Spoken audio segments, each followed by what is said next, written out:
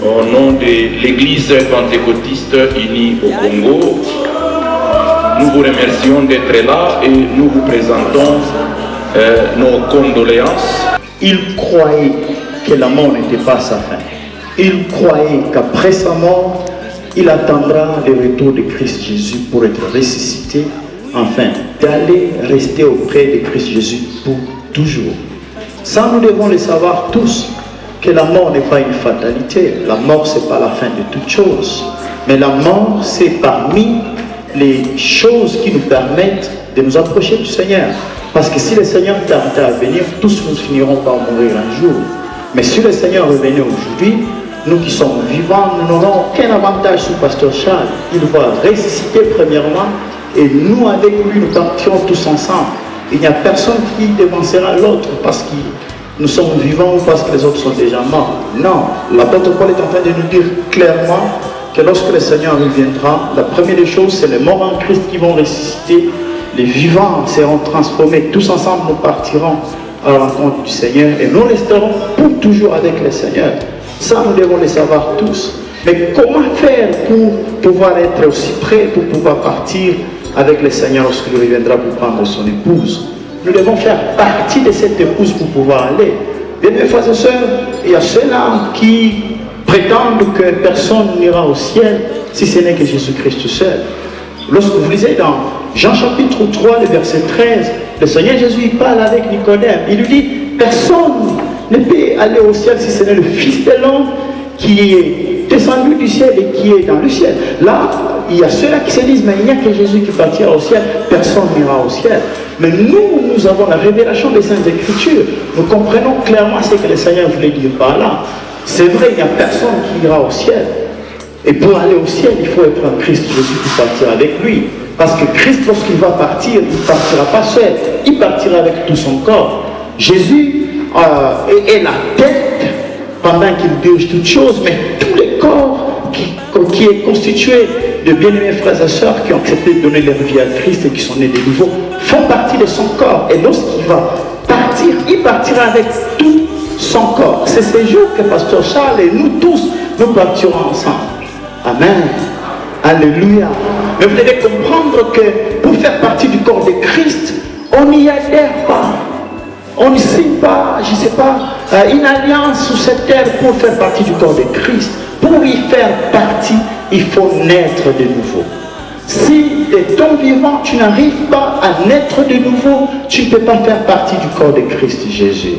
Donc, l'occasion t'est donnée. Le pasteur Charles a déjà achevé sa course. Ce que nous faisons pas pour lui, mais nous le faisons pour nous qui sommes restés vivants, pour que nous puissions nous préparer à l'événement de notre grand Seigneur et Sauveur Jésus. Alors pendant que nous sommes vivants, bien mes frères et sœurs, c'est alors que nous devons donner notre vie à Christ Jésus. Nous devons croire en Christ Jésus-Christ parce qu'aucun homme au monde ne peut te sauver.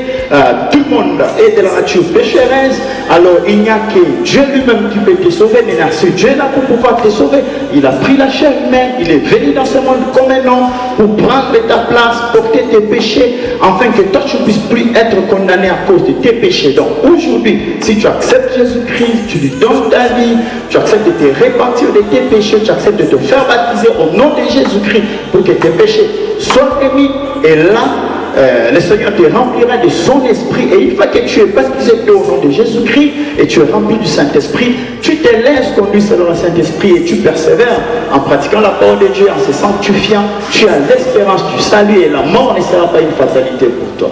Donc ici, l'occasion nous est donnée tous, pour ceux-là qui n'ont pas encore donné leur vie à Christ Jésus, de pouvoir le faire. Et ceux-là qui sont déjà nés de nouveau devaient comprendre que la marche est encore longue. Nous devons continuer à nous préparer chaque jour, car nous ne savons ni les jours ni l'heure que le Seigneur reviendra pour prendre son épouse. Bien mes frères et sœurs, comprenons qu'il y a un délai sur cette terre des humains. Le Créateur qui nous a placés ici, il sait quel jour il va prendre tout un chacun de nous. Ça ne dépend pas de nous-mêmes, ça dépend du Seigneur. Nous soyons seulement prêts. Même le pasteur Charles ne pouvait pas croire qu'au mois de janvier, il quitterait ce monde des humains. C'est Dieu qui l'a voulu ainsi. Alors bien aimé, que Dieu vous bénisse, soyez forts. Nous croyons à la résurrection des morts, nous croyons au salut éternel. Alors soyez rassurés que lorsque le Seigneur reviendra, nous allons revoir pasteur Charles. Nous serons dans la joie éternelle aux côtés de Christ Jésus avec lui. Vraiment que la famille sache que pasteur Charles est dans le sein d'Abraham en ce moment. Que Dieu vous bénisse richement.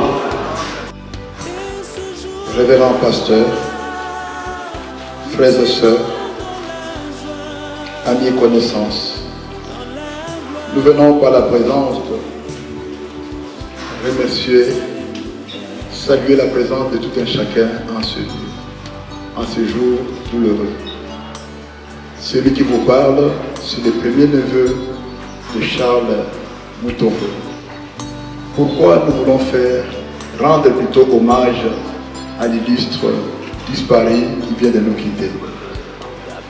Sa date de naissance, ses parents sont déjà morts. Monsieur Niembwe Kalala Mweleka et son épouse Mukunji Geneviève, de triste mémoire. Alors, il nous avait laissé un grand monument, Charles Mutombo. Pourquoi nous prenons la parole?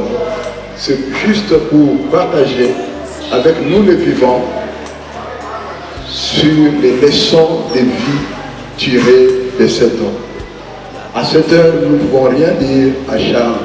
Charles a déjà traversé de l'autre côté, comme les hommes de Dieu venaient de le dire. Alors, nous qui sommes restés vivants, pourquoi devons-nous être ensemble? Les Africains aiment souvent être ensemble comme des crabes, parfois se tirer vers le bas.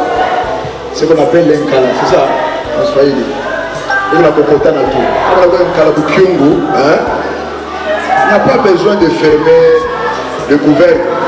Parce que lorsque l'un veut sortir, l'autre il va devant. Mais Charles Mutombo, il a été un rassembleur. Dans la famille, dans l'église, nous avons son témoignage, dans les quartiers.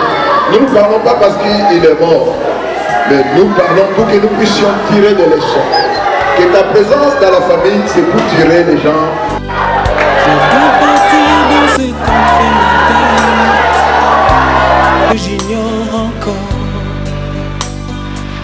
Là où il y a la paix sans peine, mais pas avec ce corps. Il y a une louange qui ne s'éteint avec les anges en même temps.